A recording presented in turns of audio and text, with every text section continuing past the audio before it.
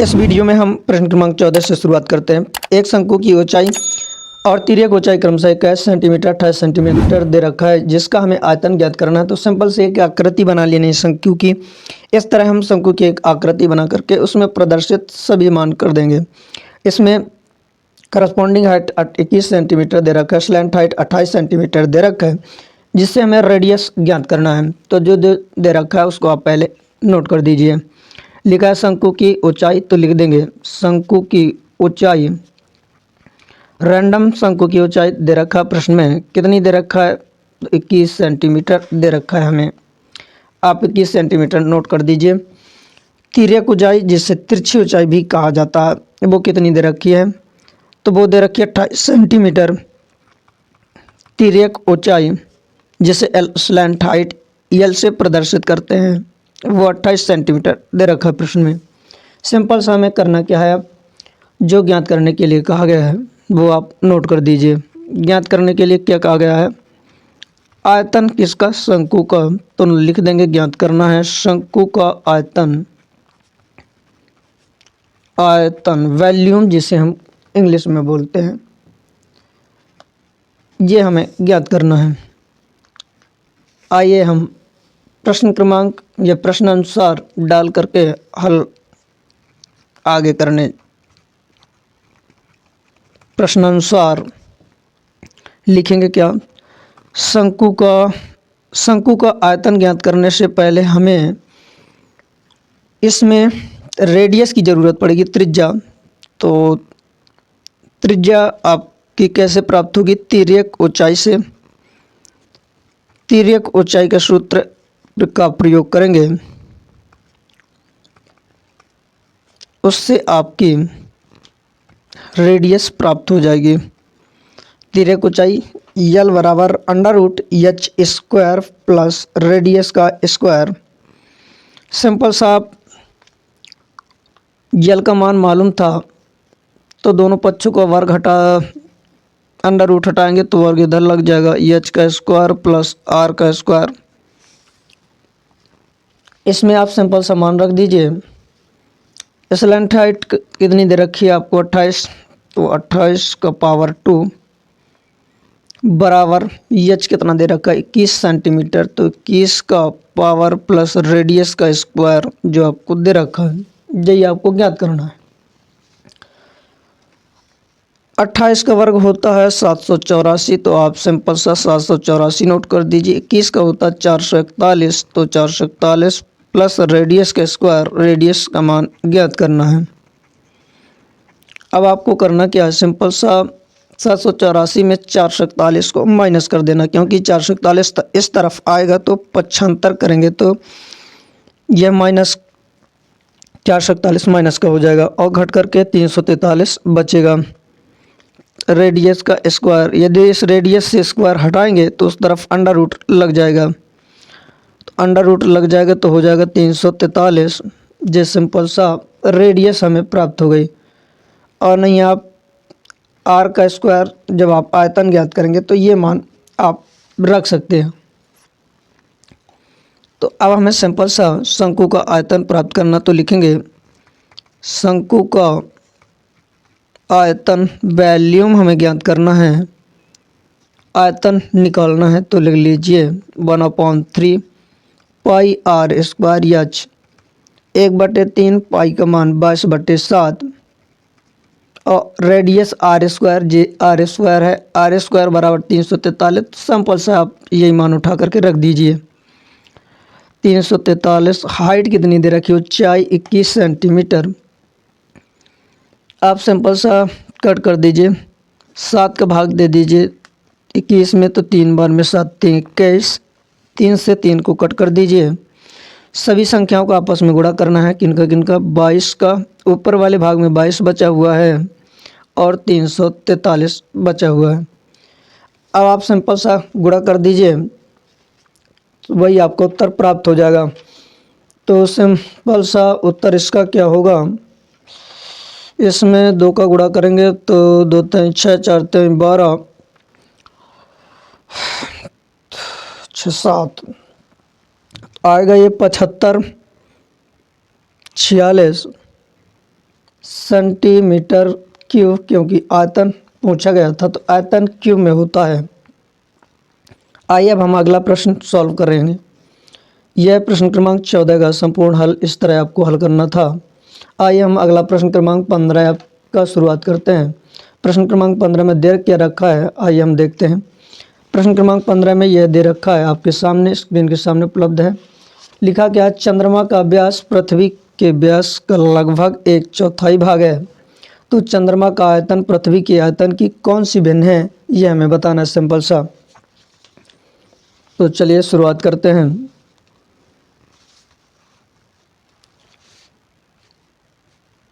उत्तर क्रमांक 15 कहा गया है कि चंद्रमा का जो व्यास है पृथ्वी के व्यास का लगभग 1/4 है। आप सभी जानते हैं कि इनमें से एक पृथ्वी भी है, एक चंद्रमा भी है। तो मान लीजिए कि दोनों गोल आकृतियां हैं, गोलाकार हैं। तो मान लीजिए कि यह चंद्रमा है और दूसरी जो बना रहे हैं पृथ्वी, जो कि क्या है, चंद्रमा से बड़ी है आकार में।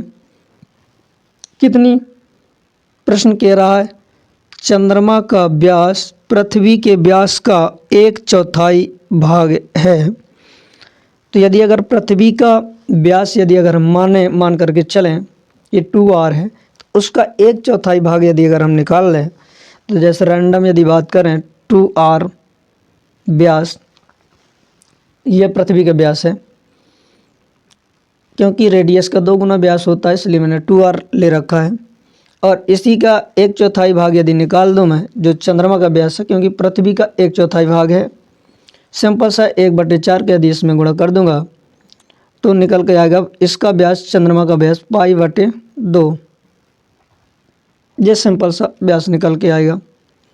तो यही हमें नोट करना है। इन्हीं से हम रेडियस निकाल लेंगे आसानी से, और जैसे रेडियस निकालेंगे उनका अनुपात आयतन प्राप्त कर लेंगे।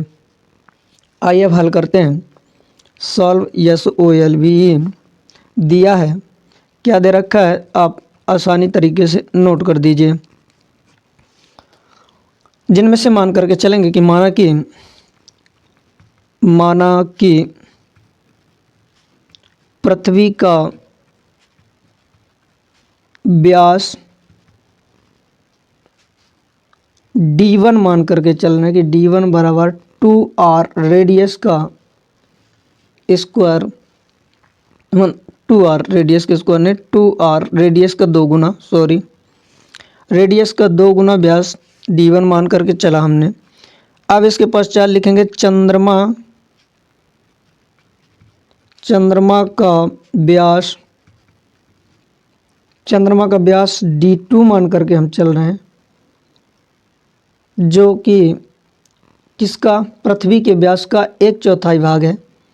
तो 2r रेडियस अपॉन में 1/4 भाग 1/4, D2 बराबर r/2 आ जाएगी।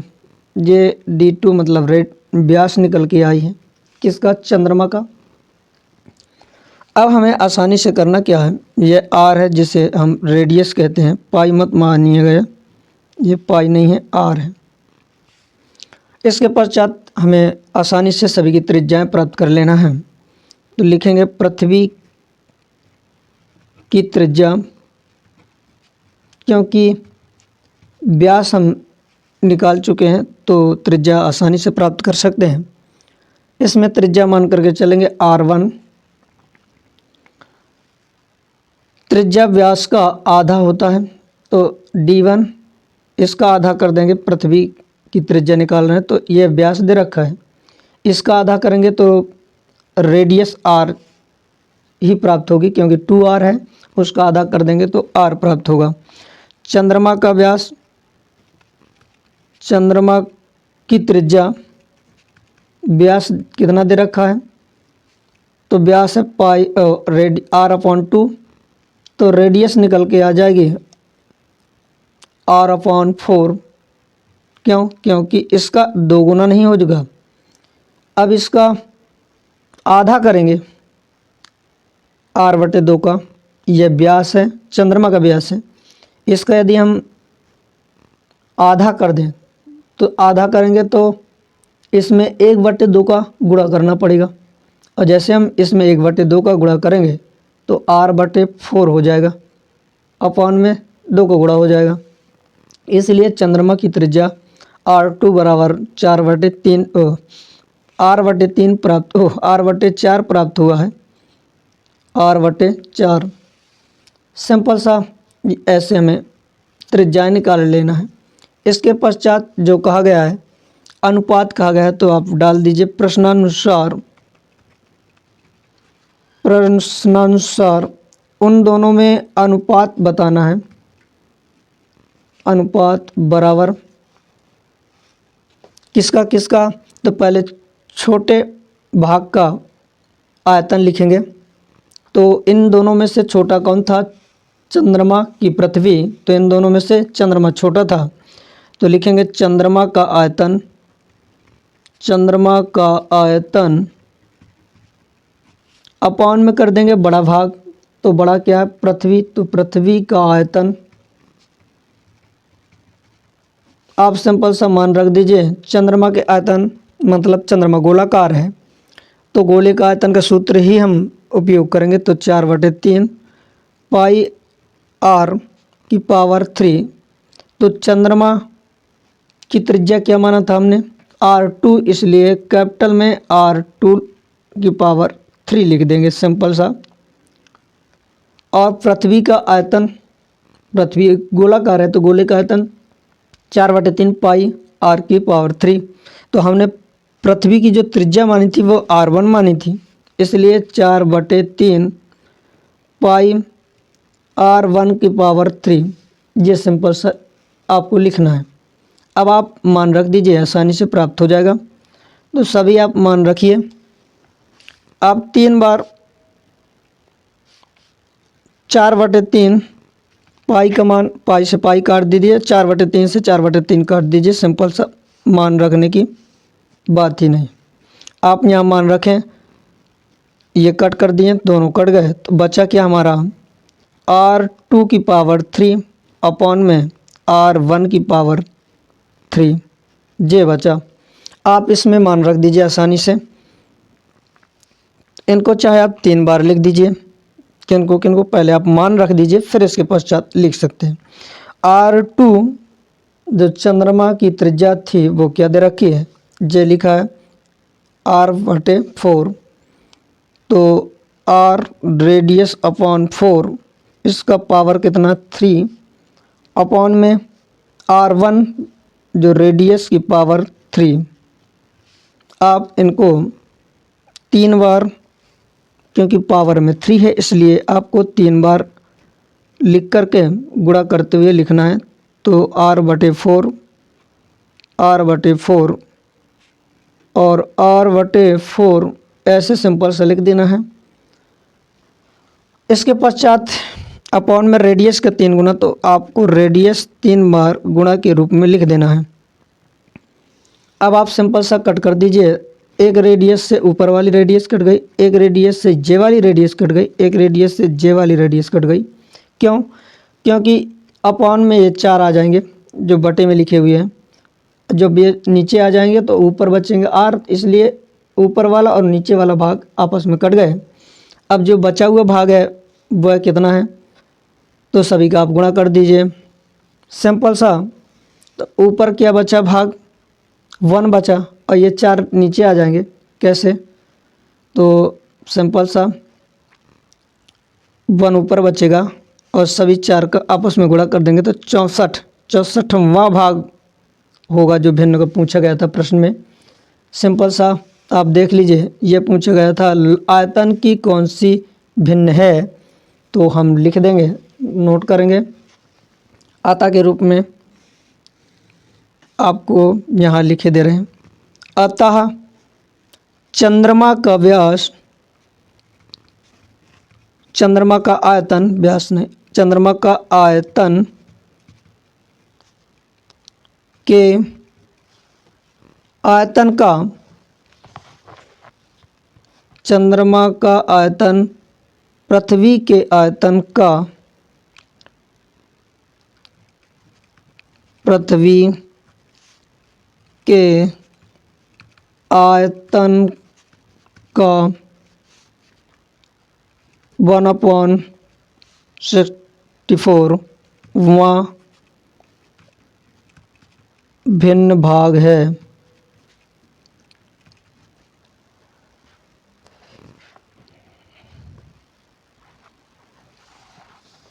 यह प्रश्न क्रमांक 15 का उत्तर प्राप्त हो गया। इस तरह हमें हल करना था आसानी से। आइए अब हम अगला प्रश्न क्रमांक 16 हल करेंगे। प्रश्न क्रमांक 16 में क्या दे रखा है, आइए देखते हैं। प्रश्न क्रमांक 16 में दे रखा है, यह प्रश्न क्रमांक 16 आपके सामने। धातु की एक गेंद का व्यास 4.2 सेंटीमीटर है। यदि धातु का घनत्व 8.9 ग्राम सेंटीमीटर क्यूब है तो गेंद का द्रव्यमान ज्ञात कीजिए। हमें करना क्या है, सिंपल सा आसानी तरीके से हल करना है, निकाल लेना है। जो जो दे रखा है आप उसको नोट कर दीजिए और जो पूछा गया उसको आप आसानी से प्राप्त कर लीजिए। सिंपल सा प्राप्त करना है आपको, ज़्यादा इसमें समस्या नहीं है। आइए अब हम उत्तर क्रमांक 16 है, इस 16 में दे रखा है, जो जो दे रखा है नोट कर दीजिए। दिया है क्या क्या दे रखा है, गेंद का व्यास दे रखा है, धातु की गेंद का व्यास। तो धातु की गेंद का व्यास 2r बराबर 4.2 सेंटीमीटर दे रखा है। सिंपल सा आप रेडियस निकाल लीजिए। कितनी निकल के आई है, 21.1 सेंटीमीटर जी आपकी प्राप्त हो गई है। अब करना क्या है आपको, जो दे रखा और क्या दे रखा, धातु का घनत्व, तो आप वो भी नोट कर दीजिए। धातु का घनत्व कितना दे रखा है, डेंसिटी जिसे हम इंग्लिश में बोलते हैं, 8.9 ग्राम प्रति सेंटीमीटर क्यूब दे रखा है। और ज्ञात करना हमें, ज्ञात करना है धातु का द्रव्यमान या गेंद का द्रव्यमान, गेंद का द्रव्यमान, गेंद का द्रव्यमान। प्रश्नानुसार गोलाकार गेंद का आयतन, फिर द्रव्यमान निकालेंगे। तो आप लिखिए गोलाकार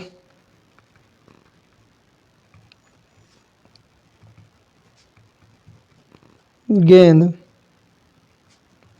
का आयतन, तो गोले का आयतन का सूत्र क्या होता है, सिंपल सा 4/3 पाई r की पावर 3। 4/3 पाई का मान 22/7। रेडियस 21.2.1 गुणे 2.1 और गुणे 2.1। इनको क्योंकि रेडियस की पावर 3 है इसलिए त्रिज्या का 3 गुना हमने लिख दिया है। सिंपल सा आपको करना क्या, दशमलव हटाना, अपॉन में 10 हो जाएगा।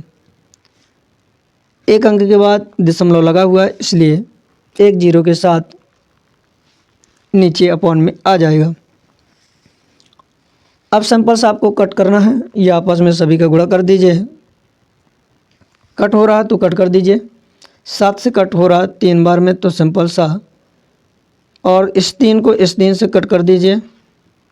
और कुछ संख्या कट हो रही हैं, बिल्कुल हो रही हैं, नहीं आप सीधे गुणा कर दीजिए और भाग कर दीजिए। तो 4, 22, 3, 21, 21 का आपस में गुणा कर दीजिए, तो निकल करके सामने कुछ ना कुछ प्राप्त हो जाएगा। 3 कट कर दिया हमने, बचा क्या, ऊपरी वाले भाग में 4 बचा है, 22 बचा हुआ है, 21 बचा हुआ है और एक 21 और बचा हुआ है। अपॉन में क्या बचा हुआ है, 10 3 बार बचे हुए हैं, उनको आपस में गुणा कर दो आप। सिंपल सा गुणा कीजिए, कितना प्राप्त हो जाएगा 38,808 अपॉन में 1000 से गुणा कर देंगे, क्योंकि इनका गुणा करेंगे 1000 आएगा। सिंपल सा आप भाग दे दीजिए 1000 का, तो आपका उत्तर अभी नहीं प्राप्त होगा, पर आयतन वॉल्यूम जो वो ज्ञात हो जाएगा। 38.81 1000 का भाग देंगे जब आप, ये दशमलव नहीं कॉमा है पगला, 38.81 सेंटीमीटर पावर 3। अब आपको सिंपल सा क्या निकालना है, गेंद का द्रव्यमान आयतन, गेंद का द्रव्यमान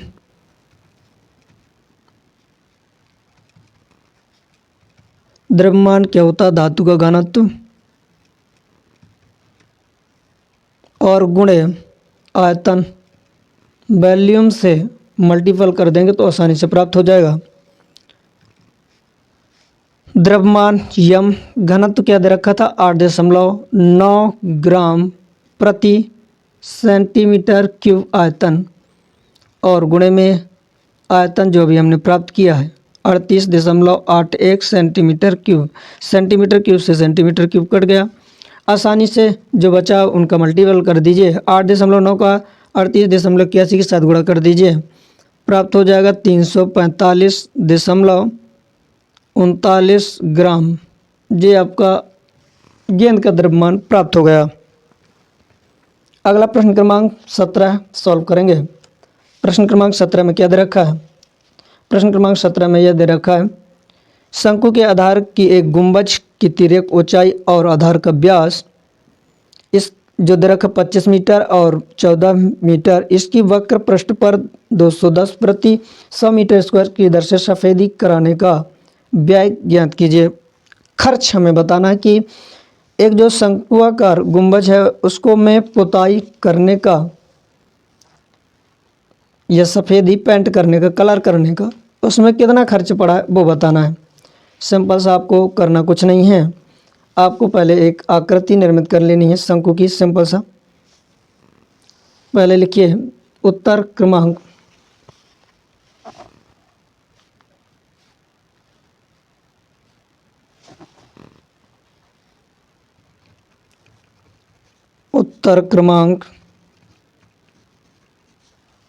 कौन सा उत्तर है 17, तो आप नोट कर दीजिए 17। प्रश्न को हटा दे रहा हूँ।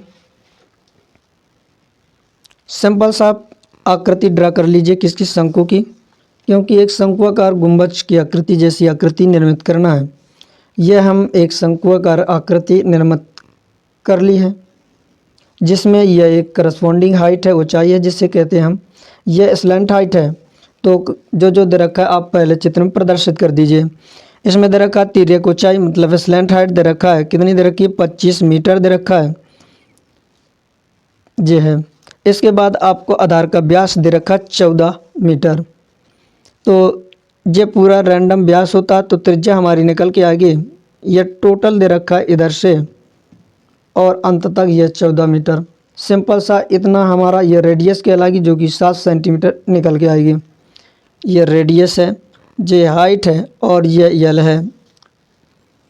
इसके पश्चात आपको सिंपल सा करना क्या है, अब शंकु का पृष्ठ वाले भाग पर सफ़ेदी करना है। मतलब पृष्ठ कौन सा कहलाता है, तो पृष्ठ वाला ये भाग कहलाता जो आपको दिख रहा है, मतलब जो आप देख सकते हैं, महसूस कर सकते हैं, उसको छू सकते हैं। तो ये वाले रैंडम भाग को आप जो चारों तरफ देखेगा ऊपर वाला भाग, इस पर ही आप सफ़ेदी कर पाएंगे, अंदर नहीं कर पाएंगे, ना तल वाले सतह पर आप कर पाएंगे। तो सिंपल सा आपको करना क्या है कि वक्र पृष्ठ का क्षेत्रफल का सूत्र लगाना है, उसको लगा करके पहले वक्र पृष्ठ का क्षेत्रफल निकालेंगे, फिर इसके बाद जितना क्षेत्रफल होगा उतने भाग पर हमें सफ़ेदी करना है। आपको करना है, तो जो दे रखा है आप उसको पहले नोट कर दीजिए। इसमें दे रखा है तिर्यक ऊंचाई, तो आप तिर्यक ऊंचाई मतलब स्लैंट हाइट 25 मीटर दे रखा है। और क्या प्रश्न में दे रखा है, तो सिंपल सा प्रश्न में आधार का व्यास दे रखा, मतलब 2r रेडियस का 2 गुना व्यास होता है, तो 2r शंकु का व्यास और जे शंकु की तिर्यक ऊंचाई, शंकु की तिर्यक ऊंचाई। तो कितना दे रखा व्यास 14 मीटर। तो निकल के रेडियस आएगी 7 मीटर। ये रेडियस प्राप्त हो गई सिंपल सा। अब आपको प्रश्न अनुसार डाल करके लिख करके सिंपल सा हल कर देना। बस इसमें कौन सा कठिनाई है। प्रश्नानुसार शंकु का वक्र पृष्ठ का सूत्र क्या होता है शंकु के? पाई आर एल। सिंपल सा मान रख दीजिए, आप आसानी से प्राप्त हो जाएगा।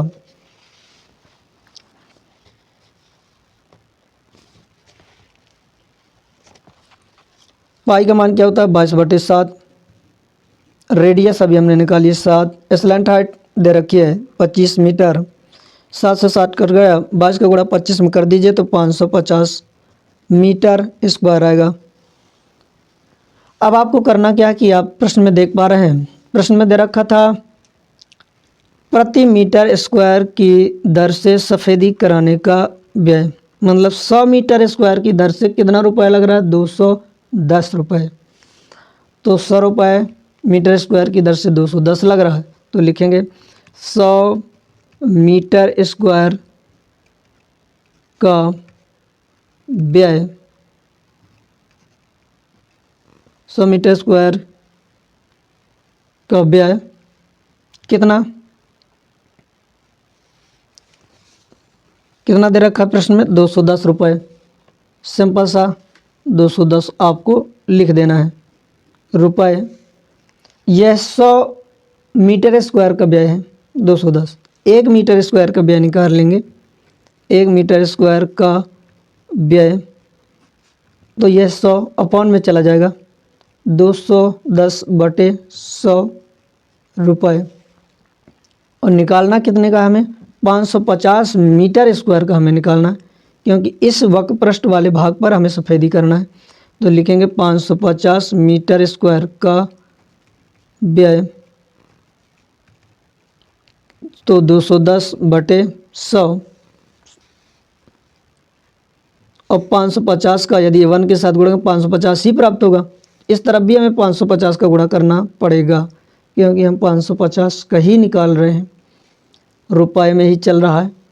आप सिंपल सा कट कर दीजिए, दोनों जीरो कट हो गए। 21 का गुणा कर दीजिए 550 में, तो निकल के आएगा 1155 रुपये से प्राप्त होगा सफ़ेदी करने का व्यय वक्र पृष्ठ वाले भाग पर।